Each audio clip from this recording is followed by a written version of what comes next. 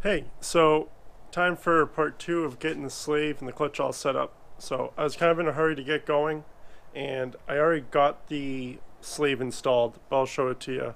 And then we're just going to rig everything up and test it. I'll show you the actuation on the movement of the arm on the fork and stuff.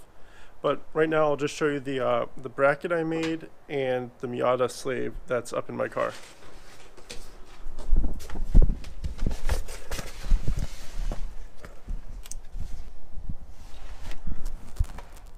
Alright, so there is the slave setup. There's the Miata slave. As you can see, the bleeder's on top, which makes a lot more sense for my setup.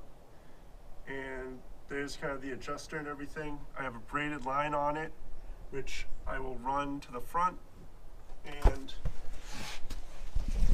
I'll hook that into the back of the master that's under the dash. But yeah, I will get it rigged up, and then I will show you that next step and how I did it. Alright, it's the next day, but I finally got this thing all finished, and I got my friend to come help me bleed it, so it's all good. But I can kind of show you what I did. It's hard, since everything's shoved in the footwell. But it is all installed now.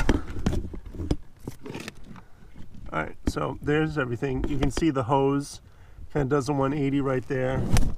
There's the master cylinder mounted up with the Heim joint. You can see the 3AN line on the back of it going out. And yeah, so it fits up there. I have really good pedal feel now. Like, it's stiff right at the top. Takes some real oomph to step down on it. Some complaints about the kit. The plastic reservoir caps that they use to do sealing, they just put like a O-ring on the metal body and a plastic cap that sits down on it. They suck, and they leak all over the place, and it also makes it so that you can't use a power bleeder. So the one change I'm going to have to do is I'm going to have to get a reservoir from an automatic E36 that does not have that rear takeoff, because that hose in the rear right there, that makes it so that you can't put any pressure into the lines, or else it leaks around that plastic cap. Now, I couldn't even get the plastic cap to leak with no pressure on it. I had to change the O-ring to a thicker O-ring that was the same diameter, and that was able to seal it, and I had to change the style of clamp they give you for the ring. So overall, that aspect of the design, really poor. If they had a threaded adapter, I feel like that'd work a lot better, considering most of these are in compact places. I mean, I can't get to mine at all. If you want to access mine, you realistically have to remove the pedal box. It's only 3 bolts. It was 4. Mine now only fits with 3 bolts. But you have to take those 3 bolts out to do anything on the clutch assembly. I'll show you the amount of movement I'm getting from it now. That's awesome.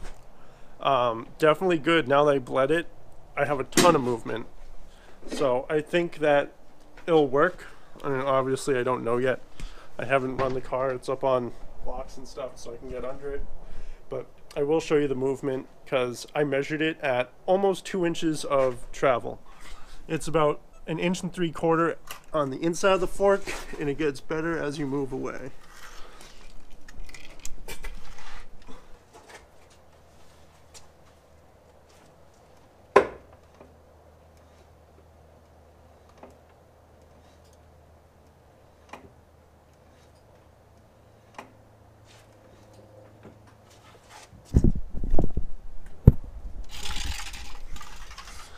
So hopefully you could see that. If not, I'll just insert a clip of it that shows it better. But that's a lot of movement now, and I foresee that being enough. The Miata slave fits in there. It's a lot easier to bleed than the Nissan slave because the bleeder's at the back. It also has the feed going towards the front, so it all lines up better a little bit. But all in all, that's it for this video. I'm really trying to get this thing out on the road. The brakes aren't quite bleeding correctly. That's really the only hang-up I'm having. I have been driving it around a little bit and testing it, and that's kind of why I'm finding out all these little things. And working through these little issues so that we can move on to actually enjoying the car. Anyways, hope you enjoyed it. Like, subscribe, and stay tuned for the next one.